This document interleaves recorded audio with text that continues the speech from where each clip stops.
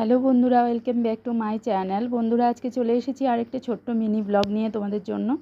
তো দেখো, দুপুরবেলা ভিডিওটা শুরু করছি। আর এখানে দেখতেই পাচ্ছ ভোগের প্রসাদ নিয়ে বসেছি। তো আজকে হলো গিয়ে লোকনাথ পূজা। আমার শাশুড়ি মা গিয়েছিল লোকনাথ মন্দিরে। তো মা সেখান থেকে একটা ভোগ কিনে নিয়ে এসেছে সবার জন্য। আমরা সবাই এখন প্রসাদ খাবো, আর এই ভোগটাই তোমাদের সাথে শেয়ার করছি। তো এখানে দেখো অনেক রকমের সবজি, পায়েস, আর এখানে হলো অন্ন দেওয়া আছে।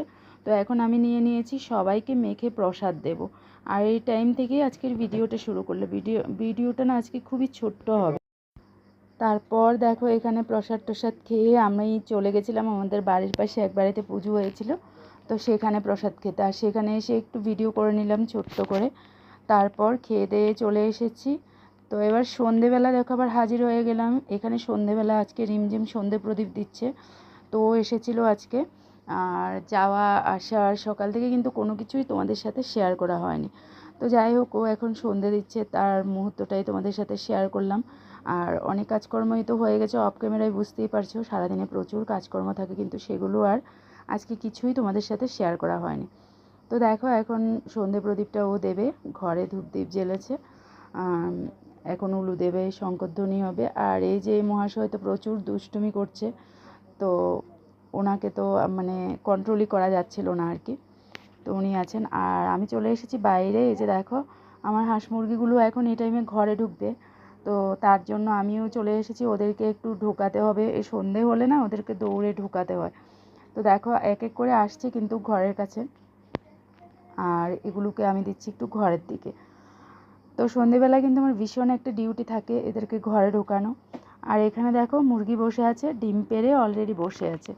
তো চলো তোমাদেরকে দেখাচ্ছি। আমি এখন ডিমটা বের করার জন্য এসেছিলাম।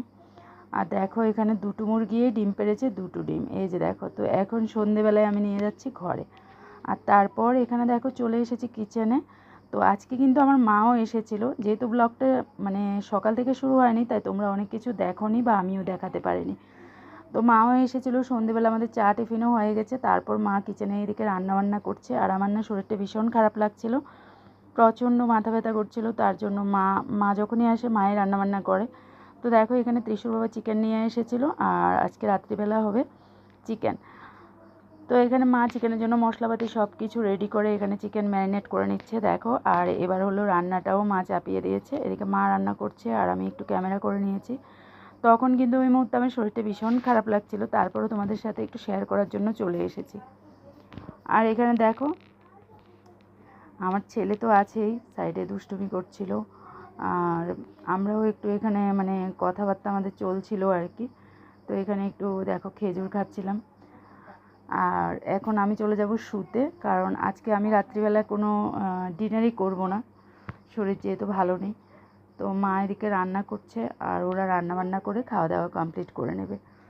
আর আমারও ভিডিওটা বন্ধুরা আজকে এ পর্যন্তই রাখলাম, কারণ আমি যেহেতু শুয়ে পড়ছি, তো ভিডিওটা আর কেউ মানে রেকর্ড করবে না আর কি। তার জন্য আজকের ব্লগটা এতটুকুই রাখলাম। তো চলো টাটা।